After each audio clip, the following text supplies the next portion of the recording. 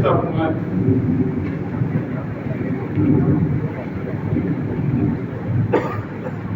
স্টুডেন্টের বড় বিষয় হলো আপনার প্লেসগুলো জানা, তাই না? আমরা অনেক সময় মনে করি বোর্ডের মধ্যে মক্কার কাছে, আসলে বদরটি মোটর মক্কার কাছে না, তাই না? বদর কোথায়? মদিনা থেকে 150 কিলোমিটার লোহিত সাগর।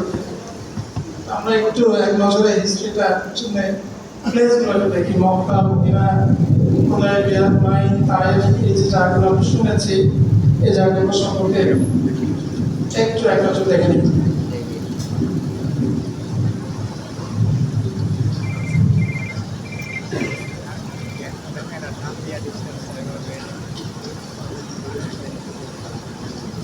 আবিসিনিয়ার কথা আমরা অনেকে শুনেছি, তাই না? আবিসিনিয়া কোথায়? যেখানে প্রথমে মুসলমানরা হিজরত করেছিল অনেক অত্যাচার নির্যাতন শুরু হওয়ার পরে।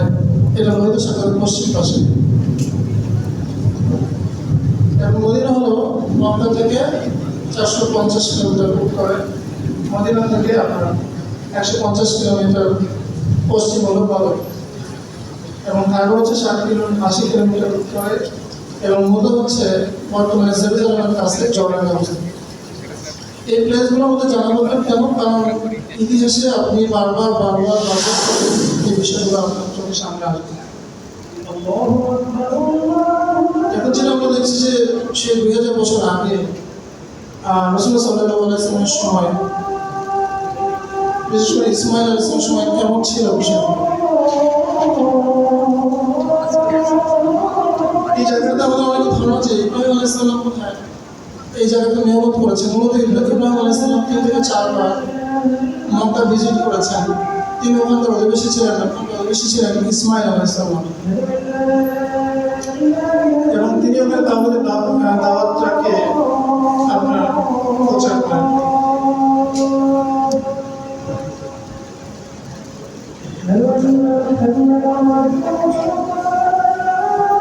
পরবর্তীতে প্রথম যে মক্কায় পূজা শুরু হয় সেটা ছিল আমর বিন লুহাই শামে ঘিরে একটা ভবন নামে একটা মূর্তি নিয়ে আসে।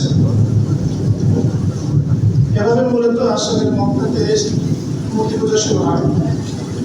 মক্কার ইতিহাস আসলে বাইতুল্লাহ কেন্দ্রিক, কাবা কেন্দ্রিক। কাবা শব্দের অর্থ হচ্ছে খনন, যার বদলে প্রস্তর উঁচু করা যাবে। এবং এই ছবিটা আমরা দেখলাম ইব্রাহিম আলাইহিস সালাম নির্মিত কাবা। ইব্রাহিম আলাইহিস সালাম নির্মিত কাবা কিন্তু বর্তমান কাবার মতো ছিল না, সেটা কিন্তু ভিন্ন টাইপের ছিল। মক্কা মুশরিকরা তাদের অর্থের অভাবে আপনার হাতিম, এই অংশটাকে তারা পূরণ করতে পারেনি। এই জন্য হাতিম শব্দের অর্থ হচ্ছে অ্যাকচুয়ালি ওই অংশটা মক্কা মুশরিকরা টাকার অভাবে করতে পারেনি, যে কারণে ইব্রাহিম আলাইহিস সালামের যে কাবা, সেই কাবাটাতে ওই যে পুরো অংশটা আপনারা দেখছেন, যেটাকে আমরা হাতিম বা হিজর বলি, এই অংশটা ইব্রাহিম আলাইহিস সালামের পূর্ণ ছিল। আজ আসরের কথা আপনি শুনেছেন, জাপান থেকে আসা একটা পাথর, যেটা ইব্রাহিম আলাইহিস সালাম কাবা নির্মাণের সময় স্থাপন করেন। মাকাম ইব্রাহিমের কথা শুনেছেন, কোরআনে এসেছে সুস্পষ্ট নিদর্শন। মাকাম ইব্রাহিম যে পাথরটার উপরে দাঁড়িয়ে ইব্রাহিম আলাইহিস সালাম মক্কা যে কাবা নির্মাণ করেন।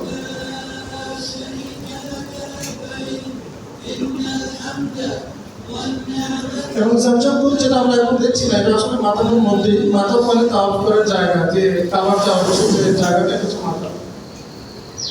এবার আমরা সাহাবাদের কিছু ভাষাবাদের অবস্থা দেখি, যে তাদের ভাষাবাদ কোথায় ছিল। এই বিষয়গুলো আপনার সিরাতে পড়বেন, সিরাত বুঝতে হলে জিনিসগুলো জানা থাকে ভালো। দারুন নাদওয়ার কথা আপনারা শুনেছেন, দারুন নাদওয়া কি? যেখানে মক্কার মুশরিকরা, তাই না, আবু জাহেল, উতবা সাহেবরা, তারা বসে ওখানে মিটিং করতো। সাফা এবং মারওয়ার পাহাড়ের মধ্যে আপনারা অসংখ্য শুনেছেন, সাফা ইন্না সাফা ওয়াল মারওয়াতা মিন শাআইরিল্লাহ। সাফা এবং মারওয়া, যদি এখন আপনারা এগুলো ওইভাবে দেখবেন না, কিন্তু এরকমই ছিল বিষয়টা। দারুল আব্দুল্লাহ মানে হচ্ছে রাসূলুল্লাহ সাল্লাল্লাহু আলাইহি ওয়াসাল্লাম বার্থ প্লেস। এখানে রাসূলুল্লাহ সাল্লাল্লাহু আলাইহি ওয়াসাল্লাম জন্ম হয়, এবং খাদিজা রাদিয়াল্লাহু আনহা বাড়ি ছিলেন আপনার এই মারওয়া পাহাড়ের পাশে। আবু তালেবের বাড়ি ছিলেন রাসূলুল্লাহ সাল্লাল্লাহু আলাইহি ওয়াসাল্লাম বাড়ির কাছাকাছি। এছাড়া আবু সুফিয়ানের বাড়ি, যেটা আমরা দেখতে পাচ্ছি মারওয়া পাহাড়ের পাদদেশে। আব্বাস রাদিয়াল্লাহু আনহুর বাড়ি।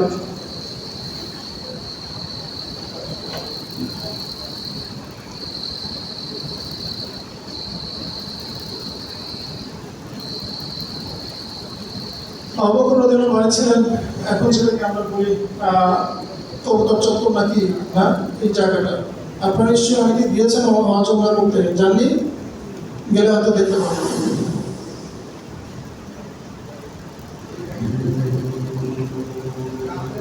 রাসূলুল্লাহ সাল্লাল্লাহু আলাইহি ওয়াসাল্লাম 570 কি 71 সালে জন্মগ্রহণ করেন। জন্মের আগে তার পিতা ইন্তেকাল করেন এবং জন্মের 5 বছর বয়সে তার বক্ষ বিদীর্ণ করা হয় এবং জিবরিল তার বক্ষকে উন্মুক্ত করে হাড় থেকে শয়তানের অংশটা ফেলে দেন। এরপরে তার মা ইন্তেকাল করেন 6 বছর বয়সে। এরপরে রাসূলুল্লাহ সাল্লাল্লাহু আলাইহি ওয়াসাল্লাম তার দাদা আব্দুল মুত্তালিবের কাছে লালিত পালিত হন। এরপরে তার দাদাও ইন্তেকাল করেন 8 বছর বয়সে। তারপর তিনি তার চাচা আবু তালেবের কাছে লালিত পালিত হন।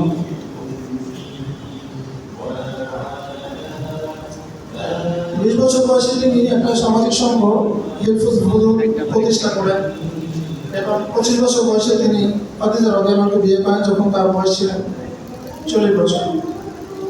রাসূলুল্লাহ সাল্লাল্লাহু আলাইহি ওয়াসাল্লাম 40 বছর বয়সে তার উপরে প্রথম ওহী নাজিল হয় 610 সালে, যখন তিনি হিরা গুহাতে পরপর 3 বছর নির্জন বাস করছিলেন। তখন তার কাছে শেষ বছর 3 বছরের শেষ বছর সূরা আলাকের প্রথম 5টি আয়াত নাজিল হয়। এরপরে তাকে নিয়ে খাদিজা রাদিয়াল্লাহু আনহা ওয়ারাকা বিন নওফলের কাছে চলে যান। এরপর কিছুদিন 10 থেকে 12 দিন ওই নাজিল বন্ধ থেকে পরে সূরা মুদাসসির নাজিল হয়।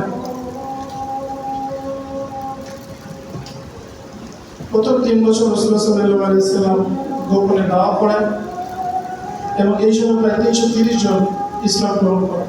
যেটা আমরা এখন দেখছি যে পাবলিক দাওয়াটা 3 বছর পরে যখন রাসূলুল্লাহ সাল্লাল্লাহু আলাইহি ওয়াসাল্লামকে পাবলিক দাওয়া করে নির্দেশ করা হয় প্রকাশ্যে, তখন তিনি সাফা পাওয়ার, যেটা আমরা এইমাত্র দেখলাম, সাফা পাওয়ার পাদদেশে তিনি দাওয়া করেন এবং সাফা পাওয়ার পাদদেশে প্রথম যে মাদ্রাসা প্রতিষ্ঠা হয় দারুল আরকাম বিন আবিল আরকাম।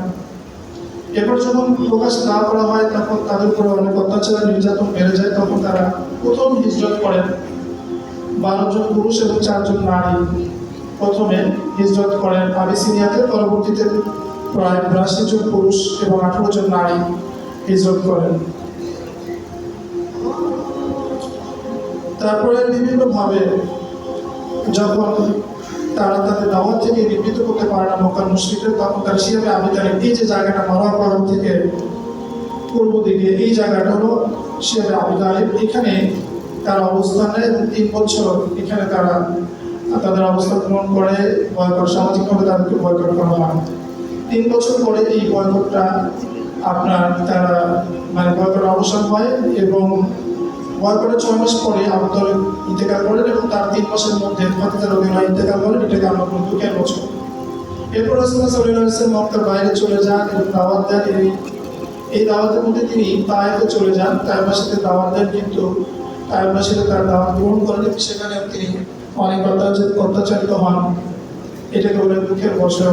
এরপর রাসূলুল্লাহ সাল্লাল্লাহু আলাইহি ওয়াসাল্লাম তায়েফ থেকে ফিরে আসেন। তায়েফ থেকে ফিরে আসার পরে এখানে ওকাজ বাজারের কাছে প্রথম জিনরা তার সাথে মিট করে। তিনি যখন ফজর সালাতে কোরআন পড়ছিলেন তখন জিনরা এখানে এসে তার সাথে কোরআন তেলাওয়াত শুনে ঈমান আনেন।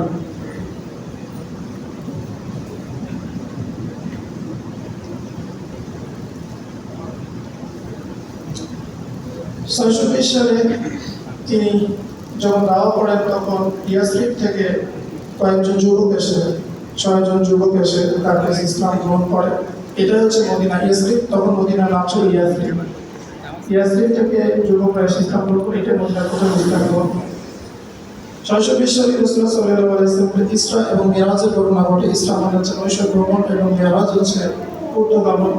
রাসূলুল্লাহ সাল্লাল্লাহু আলাইহি ওয়াসাল্লাম মক্কা থেকে বাইতুল মুকাদ্দাসে ভ্রমণ করেন রাতে। এরপরে বাইতুল মুকাদ্দাস থেকে তিনি আসমানের উপরে চলে যান, জান্নাত জাহান্নাম দেখে এসেছেন। আল্লাহ সুবহানাহু ওয়া তাআলা সরাসরি কথা বলেন। মিরাজের পরে 621 সালে এবং 622 সালে মদিনা থেকে আরও কিছু ব্যক্তি এসে প্রথমবারে 12 জন এবং তার পরবর্তী বছরে প্রায় 70 জনের মতো মানুষ মদিনাবাসী এসে তার কাছে আকাবার শপথ বলা হয়। বিভিন্ন শপথ আকাবার শপথ বলা হয়। এবং রাসূল সাল্লাল্লাহু আলাইহি ওয়াসাল্লাম মদিনাতে দাওয়াত করার জন্য মুসাব ইবনে উমারকে পাঠান এবং সেখানে ঘরে ঘরে ইসলাম পৌঁছে দেওয়ার দাওয়াত করার চেষ্টা করেন। তারা মদিনাতে অনেক মানুষ তখন ইসলাম গ্রহণ করেন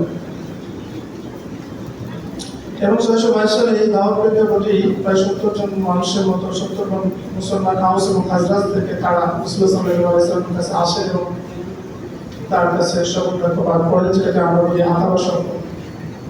এই যে জায়গাগুলো আমরা দেখছি, পাহাড় পর্বতগুলো এগুলো বানানো না, এগুলো জিওগ্রাফিক্যালি ডাটা নিয়ে পড়া। এগুলো তার লোকেশন এবং স্কেল এগুলো বাস্তব, মানে এগুলো উন্নত বানানো কাজ।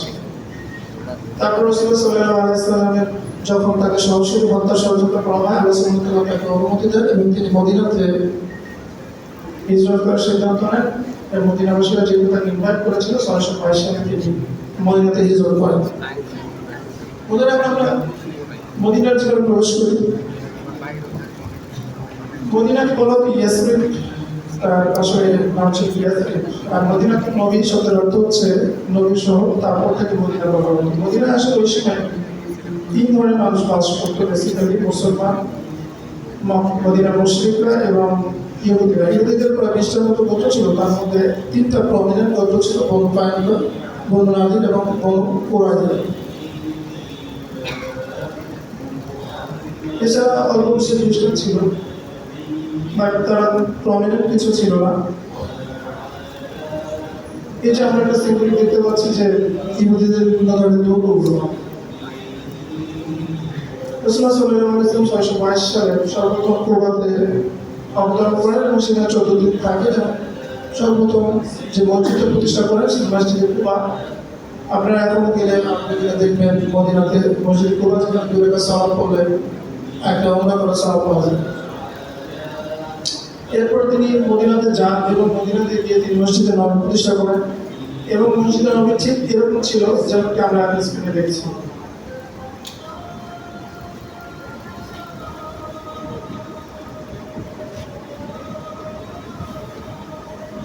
এর 3টা দরজা ছিল, বাবু রহমত, বাবু জিবরিল এবং বাবু নিসা। সামনের দিকে খেজুর গাছের গুঁড়ি দিয়ে পিলার এবং তার উপরে খেজুর গাছের পাতা দিয়ে সামনে করা।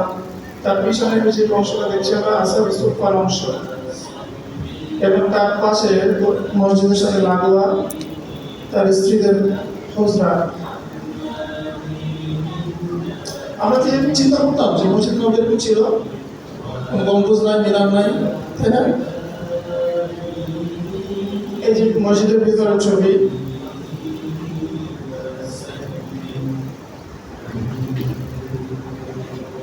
এরপরে মদিনাতে যাওয়ার 2 বছর পরে 626 সালে আল্লাহ সুবহানাহু ওয়া তাআলা মুসলমানদের কিবলা পরিবর্তন করে দেয়। প্রথমে কিবলা ছিল বাইতুল মুকাদ্দাসের দিকে, পরে কিবলাকে ঘুরিয়ে বাইতুল্লাহর দিকে করা হয়। এবং আমরা জানি যে 5 ওয়াক্ত সালাত অনুযায়ী প্রথমে মেরাজের রাত্রিতে এর পূর্বে 2 ওয়াক্ত সালাত ছিল এবং কিবলা ছিল বাইতুল মুকাদ্দাস। 624 সালে বদর যুদ্ধ হয়। আবু সুফিয়ানের একটি ক্যারাভানকে অ্যাটাক করতে গিয়ে আসলে এই বদর যুদ্ধের সূত্রপাত হয়। তো আমরা অত ডিটেলসে এখানে যেতে পারবো না। পরে যদিও আবু সুফিয়ান তার ক্যারাভান নিয়ে এসকেপ করে, কিন্তু এই বদর যুদ্ধটা সংঘটিত হয় এবং এটা আল্লাহ সুবহানাহু ওয়া তাআলার ইচ্ছা ছিল এবং বিশেষ করে আবু জাহেলের খুব জেদি মনোভাবের কারণে শেষ পর্যন্ত এই যুদ্ধটা বেঁধে যায়। এখানে মুসলমানদের সংখ্যা ছিল 313 জন এবং মুশরিকদের সংখ্যা ছিল 1000 জন। এই যে বদর যুদ্ধের প্রেক্ষাপট আপনারা বইপত্র, ইতিহাসের বইপত্র দেখে দেখবেন যে ব্যাটলফিল্ড অলমোস্ট এরকম ছিল। সাদা যে বাহিনীগুলো দেখতে পাচ্ছি, পুরো ভিডিওতে সাদা বাহিনীগুলো হচ্ছে মুসলমানদের এবং বাকি যে কালারফুল যে আর্মিটা দেখতে পাচ্ছি এটা ছিল মুশরিকদের। এই যুদ্ধে মুসলমানরা জয়ী হয় এবং কাফেরদের যে সর্দার বা লিডাররা ছিল প্রায় 70 জন কাফের লিডার মক্কার মুশরিকদের নিহত হয়। এর মধ্যে আবু জেহেল অন্যতম। বদর যুদ্ধ ছিল একটা ফয়সালার যুদ্ধ। এটি ইতিহাসের, মুসলিম ইতিহাসের অন্যতম গুরুত্বপূর্ণ যুদ্ধ ছিল।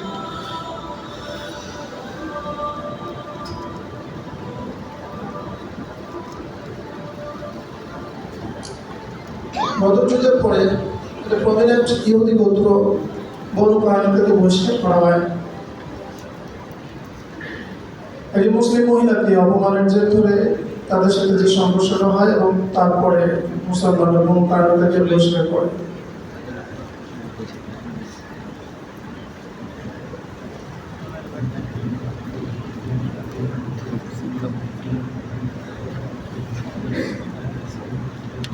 মদিনাতে গিয়ে রাসূল সাল্লাল্লাহু আলাইহি ওয়াসাল্লাম মূলত মদিনা সনদ নামে একটা সনদের মাধ্যমে সংবিধান প্রণয়নের মাধ্যমে ওখানকে শাসক হন, কিন্তু মূল আইনটা প্রথমেই সেটা ভঙ্গ করে, যার ফলশ্রুতিতে যুদ্ধটা হয়।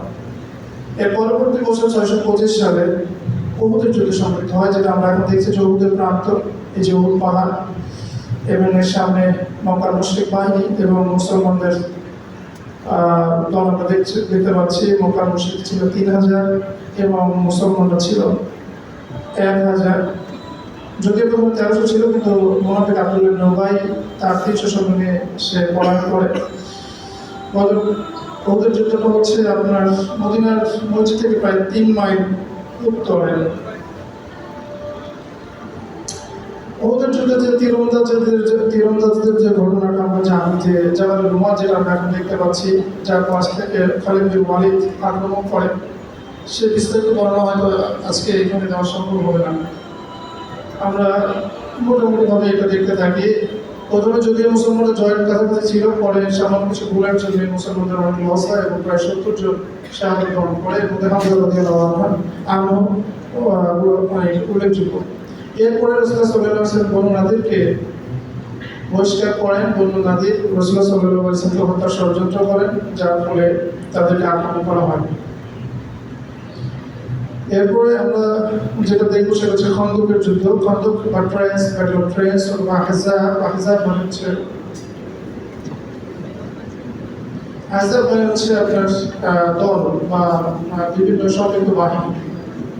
তো এই মক্কা মুশরিকরা যখন একা পেরে উঠছিল না বদর এবং উহুদের মুসলমানদেরকে শেষ করার জন্য, তখন তারা একটা জোট তৈরি করে এবং ইহুদি বিভিন্ন বেদুইন গোত্র এবং মক্কা মুশরিক মিলে সেখানে প্রায় 10,000 সৈন্য মদিনার উত্তর দিকে তারা জড়ো হয় এবং মুসলমানদের সংখ্যা ছিল 3000। তো মুসলমানদের প্রোটেকশনের জন্য তখন তারা একটা ট্রেন্স, সালমান ফারসি সাহাবিক পরামর্শে ট্রেন্স কাটা হয়। সেই ট্রেন্স খন্দকের জন্য খন্দকের যুদ্ধ বলা হয়। এই যুদ্ধটা প্রায় অমীমাংসিত, খারাপ ওয়েদার হওয়ার কারণে লজিস্টিক সাপোর্ট শেষ হয়ে যাওয়ার পরে মক্কার মুশরিকরা এখান থেকে চলে যেতে বাধ্য হয়, আহজাব চলে যেতে বাধ্য হয়। এরপরে রাসূলুল্লাহ সাল্লাল্লাহু আলাইহি ওয়াসাল্লাম বনু কুরাইজাকে বিতাড়িত করেন, কারণ বনু কুরাইজা আহজাবের যুদ্ধে সম্মিলিত বাহিনীর সাথে জয়েন করে, যে কারণে পরে তাদেরকে এক্সপিরিয়েন্স করা হয়।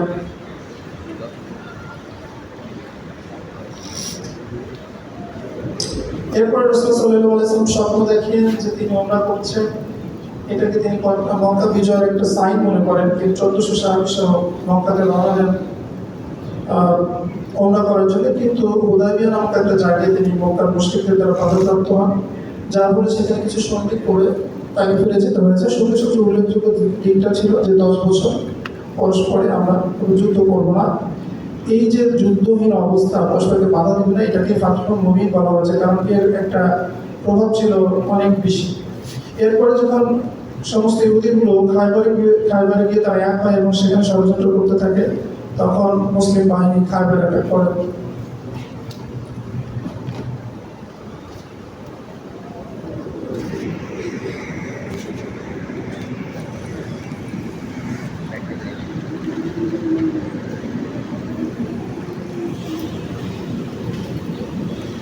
এবার আমরা দেখব যে মুতার যুদ্ধ বেসিক্যালি হয়েছিল রাসূলুল্লাহ সাল্লাল্লাহু আলাইহি ওয়াসাল্লামের পত্রবাহককে তারা হত্যা করে। তখন রাসূলুল্লাহ সাল্লাল্লাহু আলাইহি ওয়াসাল্লাম প্রতিশোধ নেওয়ার জন্য 3000 সৈন্যের একটা বাহিনী পাঠান, কিন্তু সেখানে গিয়ে তারা প্রায় 2 লাখ সৈন্যের মুখোমুখি হন। পরবর্তীতে অনেক স্যাক্রিফাইসের পরে খালিদ বিন ওয়ালিদ তার সৈন্যদেরকে নিয়ে সেখান থেকে নিয়ে আসতে সক্ষম হন। এরপর 630 সালে মক্কা বিজয় বর্ণনা করে রাসূলুল্লাহ সাল্লাল্লাহু আলাইহি ওয়াসাল্লাম 10,000 সৈন্য নিয়ে মক্কা দিকে রওনা করে, কারণ হুদায়বিয়ার সন্ধিটা মক্কার মুশরিকদের থেকে তারাই অপরচুনিটি হুদায়বিয়ার সন্ধিটা ব্রেক করে, যার ফলে রাসূলুল্লাহ সাল্লাল্লাহু আলাইহি ওয়াসাল্লাম তাদেরকে মক্কা বিজয় করেন, তখন 630 সালে 630 সালে মক্কা বিজয় করার পর 19 দিন মক্কা থাকেন। পরে সাকিব বিন হাওয়াজের পুত্র এদিকে হুনাইন নামক একটি জায়গায় মক্কা থেকে 22 কিলোমিটার কাছাকাছি, এরকম 35 কিলোমিটার দূরে হুনাইন নামক একটা জায়গায় জড়ো হয় এবং সেখানে মুসলমানরা তাদের সাথে যুদ্ধে লিপ্ত হয়। এরপরে আমরা দেখব যে 631 সালে তাবুকের যুদ্ধে সংঘটিত হয়। বেসিক্যালি রাসূল সাল্লাল্লাহু আলাইহি ওয়াসাল্লাম খবর পান যে রোমান সম্রাট হিরাক্লিয়াস মুসলমান বাহিনীকে অ্যাটাক করার জন্য প্রস্তুতি নিচ্ছে। এই মোকাবেলা করার জন্য তিনি 30,000 সৈন্য তাবুকে পাঠান। সেখানে তারা 20 দিন অবস্থান করে, কিন্তু কোনো রোমান বাহিনীর সম্মুখীন তারা হন। রাসূলুল্লাহ সাল্লাল্লাহু আলাইহি ওয়াসাল্লাম 632 সালে একটা বিদায় হজ করেন এবং এক পত্র হজ।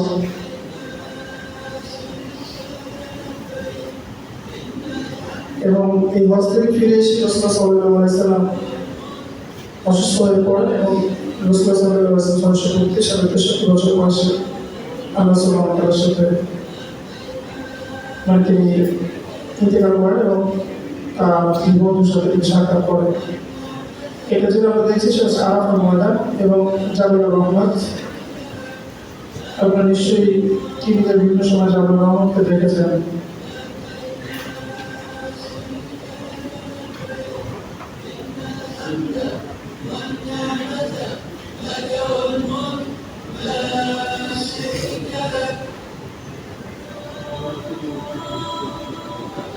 আয়েশা রাদিয়াল্লাহু আনহা হুজরা যেখানে রাসূলুল্লাহ সাল্লাল্লাহু আলাইহি ওয়াসাল্লাম ইন্তেকাল করে দাফন করা হয়, কবরস্থ করা হয়, তার দুইটা রুম ছিল, একটা বেডরুম এবং বসার ঘর। বেডরুমই তাকে অবস্থা করা হয়। তারপরে আবু বকর রাদিয়াল্লাহু আনহু তাকেও এই রুমে অবস্থা করা হয়। তখন আয়েশা রাদিয়াল্লাহু আনহা ওই রুমে ছিলেন। যখন ওমর রাদিয়াল্লাহু আনহুকে এখানে অবস্থা করা হয়, আমরা যে তিনটা কবর দেখতে পাচ্ছি, তখন খাদিজা রাদিয়াল্লাহু আয়েশা রাদিয়াল্লাহু আনহা কালো পর্দা টানিয়ে। তো মোটামুটি আমরা 570 থেকে 632 20-22 মিনিটের মধ্যে শেষ করলাম। আশা করছি অনেকে বুঝতে পারেন নাই। ইনশাআল্লাহ সামনে যখন আমরা বেশি পড়াশোনা